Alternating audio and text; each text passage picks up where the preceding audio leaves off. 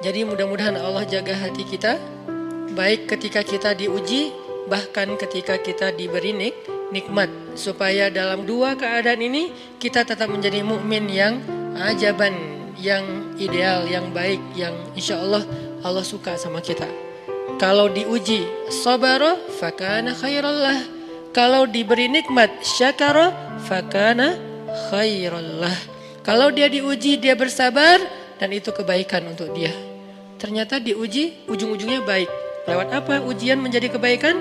Lewat sabar. Bukankah Allah bilang wabasyiris sabirin? Sampaikan berita gembira kepada orang yang sabar. Ada banyak kebaikan yang Allah sediakan untuk orang yang sabar kalau dia sabar. Dan kalau diberi nikmat syakara. Kalau diberi nikmat dia bersyukur. Fakana khairallah. Kenapa nikmat kok menjadi kebaikan? Maksudnya dengan dia bersyukur Allah tambahkan kebaikan itu. La in syakartum la azidannakum. Jadi orang beriman itu kayaknya hidupnya tuh harusnya sih nggak ada bete-nya. Hidupnya tuh nggak ada istilah, aduh hari ini gue kayak rugi banget nih. Nggak ada orang yang beriman rugi. Kan hidup kita tuh di antara dua itu kan. Cuman varian ujian itu aja macam-macam. Varian ujian itu misalnya kalau di surat Al-Baqarah Allah menyebutkan 3 varian ujian kan. Ba'sa, dharra, zulzilu. Ujian fisik, ujian harta.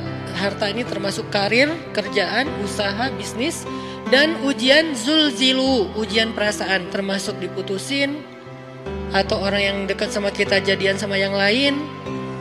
Atau mungkin di unfollow oleh ya gitu deh. Saya kalau udah ngebahas bab ini agak gimana gitu. Jadi 3 varian ini masuk kategori apa? Masuk kategori ujian. Tetap aja 2. Kalau nggak ujian nikmat. Antara 2 itu nih. In asabathu sarra syakara wa in asabathu dharra sabara. Udah gitu aja. Dan nanti bahkan sampai ayatnya gini. Alladzina yunfiquna fis sarra'i wad dharra.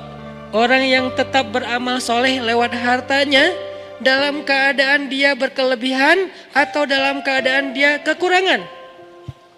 Itu mukmin, keren banget gitu. Dia tuh nggak pernah kehilangan kesempatan berbuat baik. Baik beramal soleh ketika dia dalam keadaan dikasih nikmat, maupun beramal soleh ketika dia dikasih ujian, tetap aja beramal soleh. Contoh yang ayat tadi, yunfikuna fis sarra, berinfak dalam keadaan sarra, dalam keadaan bahagia, senang, lagi dapat untung gitu kan. Ataupun yunfikuna fit dharra, tetap berinfak walaupun dia dalam keadaan dharra, dalam keadaan susah, dalam keadaan dor itu kan bahaya. Ini kalau saya infak nih bahaya nih buat saya nih. Kalau saya kasih nih saya kayak nggak ada tabungan buat mahar nih. Kalau saya kasih ke dia, terus saya gimana? Gitu kan? Ini dor banget nih, bahaya banget nih. Tapi dia tetap berinfak. Siapa yang mencontohkan hal seperti itu? Selain pastinya Rasulullah udah gak diragukan lagi. Yang jadi kayak simbol berinfak walaupun dia butuh. Orang-orang Ansor. Yu'thiruna ala anfusihim walau kana bihim khasasah. Mereka mendahulukan orang muhajirin atas dirinya sendiri. Walaupun sebetulnya dia juga butuh kepada kebaikan itu.